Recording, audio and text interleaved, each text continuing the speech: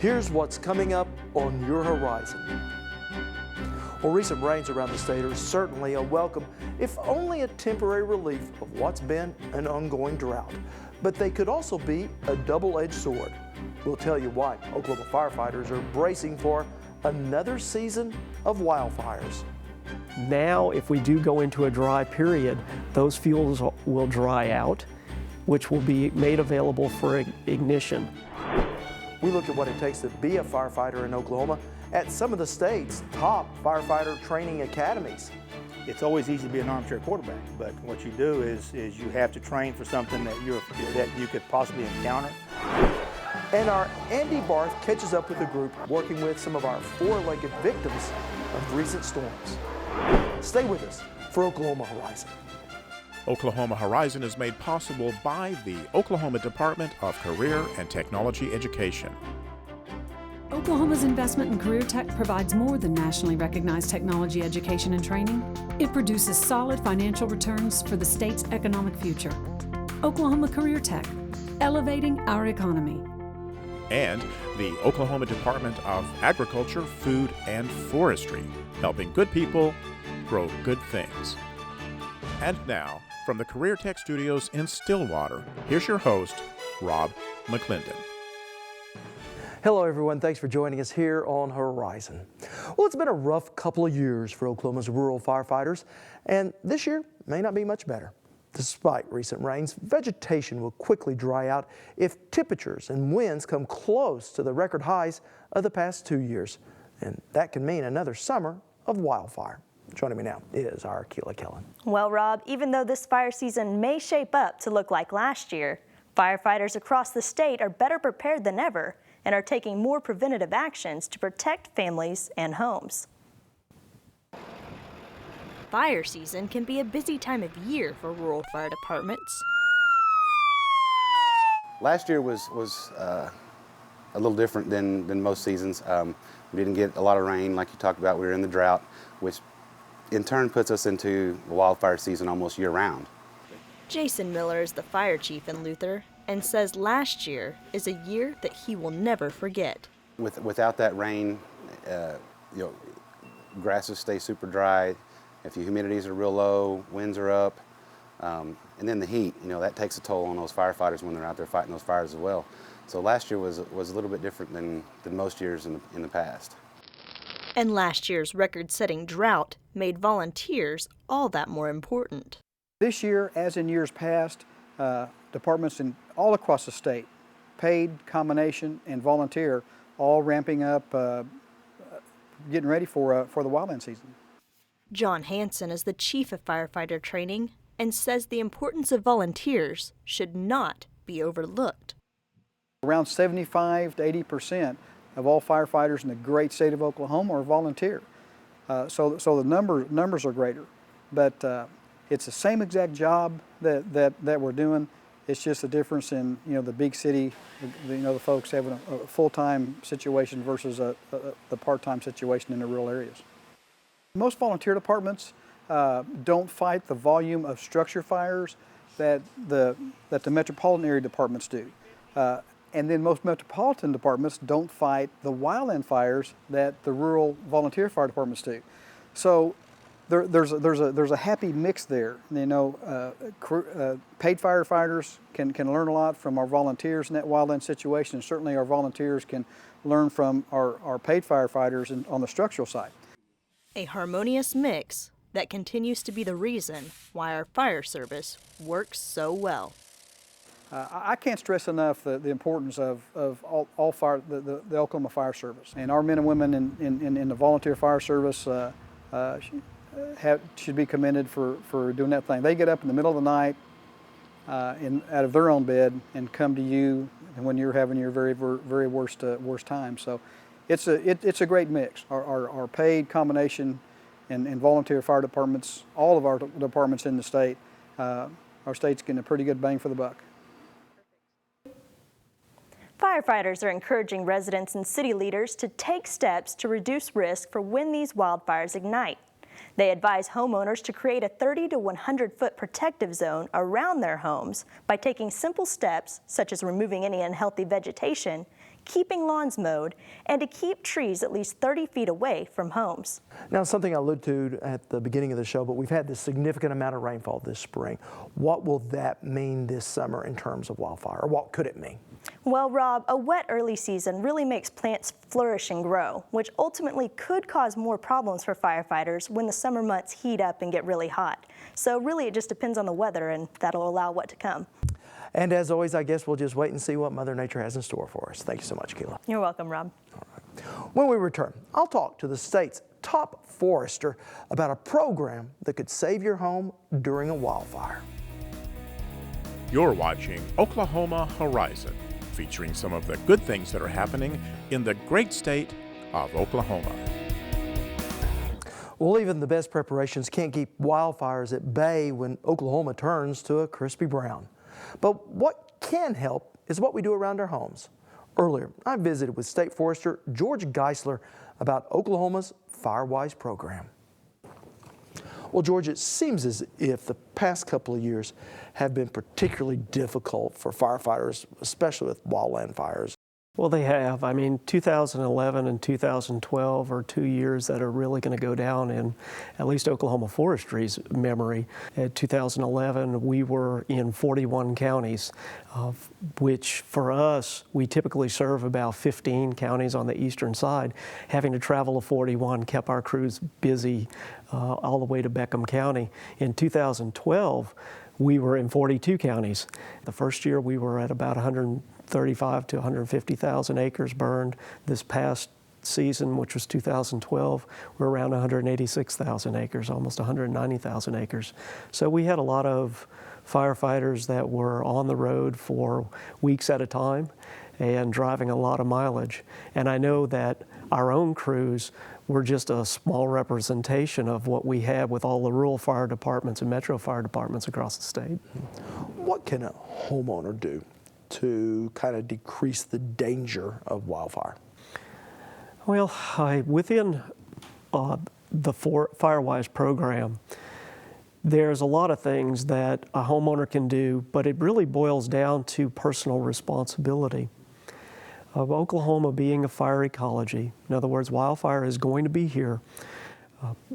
We have to prepare ourselves, our property, and our lands for that fire that will inevitably happen.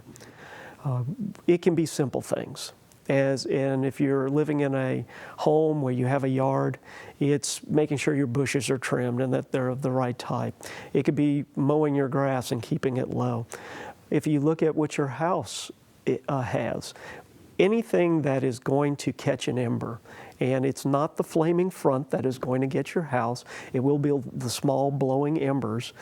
So your E-vents being properly screened, or the weep holes in the foundation of a brick home, or even where two sections of roofs mesh together, there might be a tight seam and it would collect embers. Those are the things that are going to inevitably cause a house to ignite. And then with the landscaping, we want to be able to make sure that our firefighters can work safely, because we will not send fire crews in to an area where we know they won't be able to get back out. So knowing that the drive or the road going to your home is wide enough, that the limbs that are overhanging that road are tall enough, and that there's a good place for us to turn around when we get there. Those are some of the basics that can be there, just so that a firefighter can get in and get out if the situation arises. Is there a rule of thumb on how far back you need to have trees and maybe foliage from a home? Well, we work in zones, and the first 30 feet away from your home, you don't ever have to go without a shrub or ever have to go without a tree. But the idea is to make sure that that area is as fire resistant as possible. There are types of shrubs that, due to their normal high moisture content, are more resistant to fire. You wouldn't want to put something that has volatile oils like the creeping juniper or something like that along your home. If you go out about 30 feet and you start limbing up your trees, So just get clearance. It's the fire that creeps along the ground, that's not going to do anything. But when it gets up into the crowns of the trees or in the actual foliage of a bush, that's getting into what we in firefighting term ladder fuels, which will bring the fire off the ground, up into the crowns of the bushes and trees, and actually increase the intensity and the amount of embers that are blowing. So by pruning your shrubs up about 6 feet or so, and then putting spacing between the trees, just so that the crowns are not touching each other. Maybe give 4 or 5 feet of clearance. And then just continuing out from that 30 feet to 100 feet, continuing to do that type of work to where you do have an area around your home that's been treated, that's probably a 100-foot diameter circle around the structure. Doing this work, can it help with your home insurance? Well, becoming FireWise is something that a lot of insurance companies are looking at. If you look out west, there are insurance companies today that go out and inspect homes to make certain that they are FireWise. FireWise is the brand name, if you want to call it, but defensible. And so they will look for what I described as the pruning and the types of plants that you have, but they'll even be looking at the structure of your home for the screening or for its design, and they'll also be looking to see if you clean out your rain gutters and make sure that there's no leaves and shrubs. There have been cases where if it was deemed not to be defensible, the insurance premiums have gone up. Or in some of the most severe cases, homeowners are dropped from insurance because their home is deemed not defensible. Now, I know you deal mostly in rural areas, but as, what did you call it, the urban wildland interface, but as we see people moving outwards, do those tend to be more at risk than maybe some traditional agricultural places? Yes, if you look at around major communities where homeowners are moving into these wildland urban interface areas, they're typically living on 1 to 20 acres. They are not agricultural producers. In other words, they're not out there typically grazing the land or growing crops. And what happens is that the lands that are typically grazed or in crops, they're much more resistant to wildland fire. So these landowners that are moving in, they don't have that agricultural background, and so they're kind of at a loss as to how to maintain this now large yard that they have. And at times those become overgrown, or the lands, the trees and vegetation that's on it are not as healthy, so the trees are more susceptible to ice damage, insects, disease, and so you have much more fuel that is eventually falling onto the ground and made available in the case of a wildfire. Could our recent rains, could they be a bit of a double-edged sword in terms of fuel load? Yes, they are. You know, and it's hard to think about it because we all are so happy when that green up occurred. I mean, when the first rain started happening at the end of our fire season last year, no one was happier than our firefighters. But what we've had is an increase of growth now. We get a flush of the fine fuels, which are the grasses. Now, if we do go into a dry period, those fuels will dry out, which will be made available for ignition. And it's the little fine stuff that actually catches first. So having enough of that will actually increase the fire danger. You know, we typically used to say that if we hit the spring time when it would green up, our fire season would just drop off.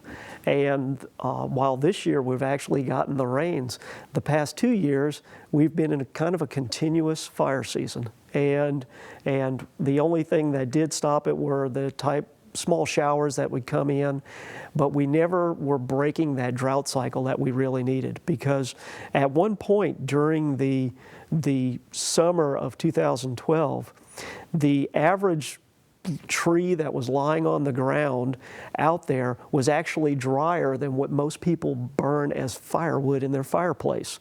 And so once a fire got into that type of fuel, it would just be so difficult to put out. But now with these recent rains, what we're seeing is we're not getting the ignitions to even get it to that large fuel, because if you think about it, it grows from the smaller to the gradually larger stuff as heat builds up. And so without the finer fuels that are dry. We're not getting the ignition, so we're not having the fires. So we're happy. Good. Well, certainly an important subject, and George, I certainly appreciate you being here. No problem. Thank you. All right.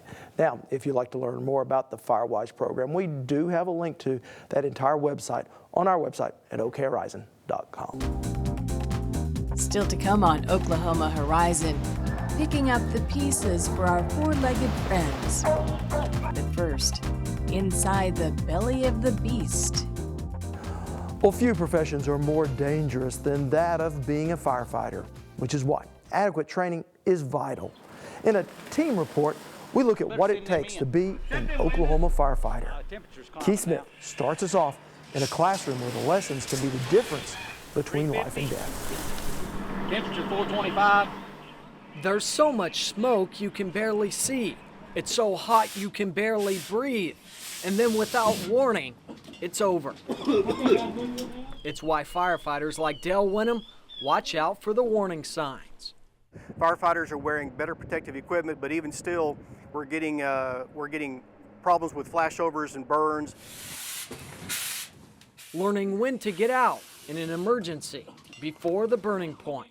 If you can imagine, we wear our fire helmets all the time. Our face shield and helmets can melt. On-the-job training for firefighting is almost exempt these days. You don't get hired today unless you're certified. You can't take a firefighter and put him into a burning building because of all of the dangers and hazards that we have.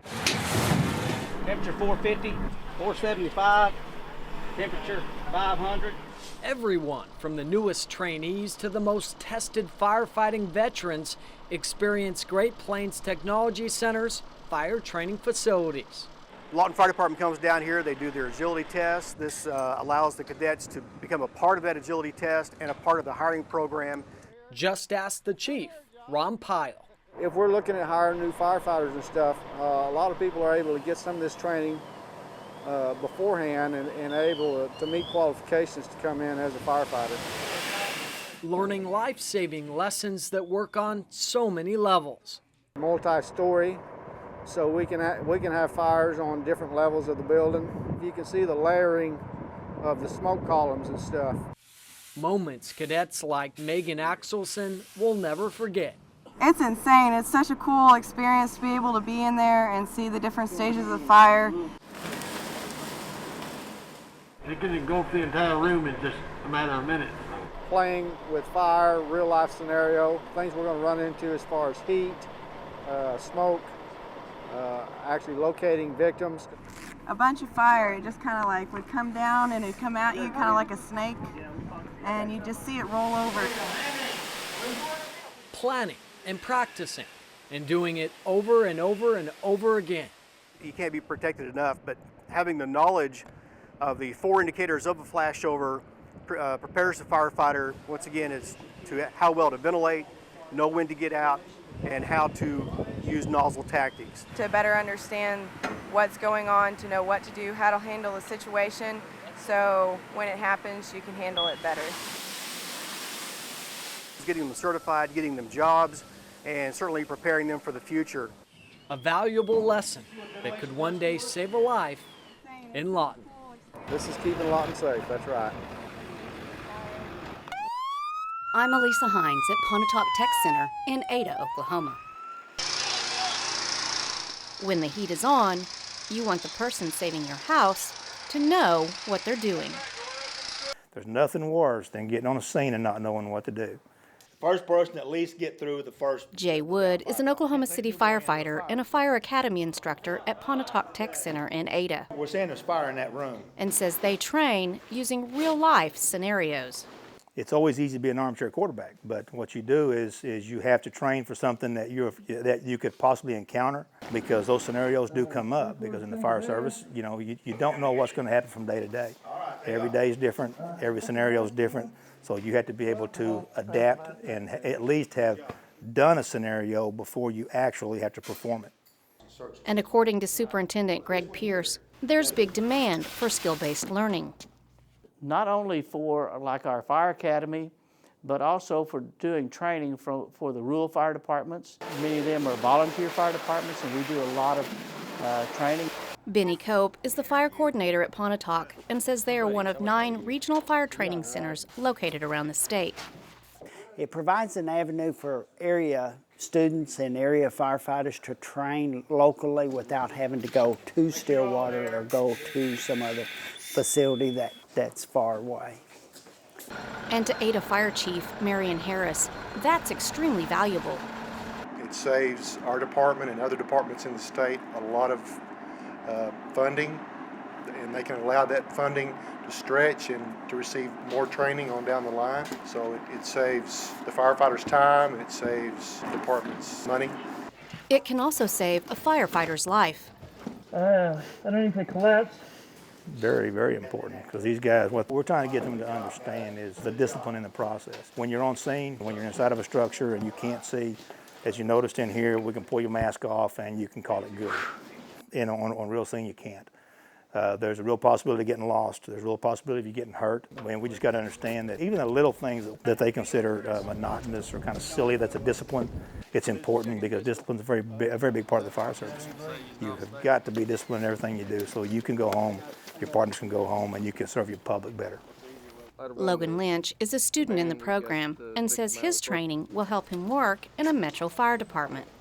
To be a firefighter with a metro department, large scale department, you've got to have the training that this course offers. Training that Jay is passionate about. Because this is what I enjoy. This is the job I love. I mean, you don't meet many firefighters that don't love the job. And you don't meet many firefighters that don't want to share what they do with other people. I've had people tell me, you need to talk about the downside of the fire service. I can't think of a downside of the fire service because this is what we really enjoy doing. And when these guys get out and get their job, I want them to have the same benefits that I have, the same experiences, the same love of the job that I have. Want to share something you've seen here today? Well, all of our episodes are streaming on our YouTube channel at Oklahoma Horizon TV, or you can subscribe to our weekly free podcasts on iTunes. Well, just hours after the storm that devastated parts of Moore, Oklahoma, Oklahoma's Department of Agriculture opened a triage center for pets injured in the storm. Our Andy Barth updates us on their effort to help some of the most helpless victims of recent tornadoes.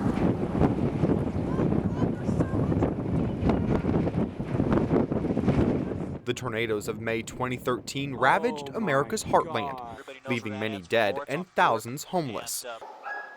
But people aren't the only ones affected by the devastating storms. Dogs, cats, and other furry friends are homeless as well. We are taking intakes from animal control, from the general public. Anyone that may have been a tornado animal is welcome to come through our doors. Christy Scroggins owns her own vet clinic in Moore, Oklahoma, and is volunteering at the displaced animal shelter. As the animals are coming through our doors, they're getting identified. Those identifications are getting put out to the public through the Department of Ag and through the Facebook pages. All of their medical needs are being assessed. Everybody's going through a full veterinarian exam when they walk in the doors. Grace Owen is an equine veterinarian who responded to the Orr family farm, which is an agritourism location that took a direct hit from an EF5 tornado. We'd been there maybe 30 minutes and already people were coming out to support us. I know that multiple people were passing out water to people that were first responders within that 30-minute frame. There was a lot of teamwork. Multiple veterinarians responded. So we had a system that was able to kind of take into account what we needed to do. And state veterinarian Rod Hall says now is the perfect time to find your pet. If you've lost a pet, or if you know someone who has lost a pet and they haven't found them, please make efforts to see if you can find your pet here. Our goal is to reunite all these pets with their owners, and we're getting to the point now where we just need more help to do that. And Scroggins says lost pets will be in tip-top shape and ready to see their families. Once they're here, everybody's been vaccinated, microchipped, dewormed, flea and tick treated, and then they're set up and ready to basically wait for their families to come and find them at that point. A moment that cannot come soon enough. This is the technology you're familiar with, the heavy launch. Next time on Oklahoma Horizon, it's been called the final frontier, but for some students, it's just another day in an out-of-this-world classroom. Whoever masters science and math is going to master the future. It really is that simple and that profound at the same time. Space, science, and national security on Oklahoma's show for the heartland, Oklahoma Horizon. Well, that is going to wrap us up for today, but you can see more of any of our stories on our website at okhorizon.com. You can also watch us on the go with our weekly podcasts on iTunes. Follow us throughout the week on Twitter at OKHorizonTV, or just become a Horizon fan on Facebook. I'm Rob McClendon. Thanks for watching. See you back here next week. Horizon is made possible by the Oklahoma Department of Career and Technology Education and the Oklahoma Department of Agriculture, Food, and Forestry, helping good people grow good things. Thank you for watching Oklahoma Horizon.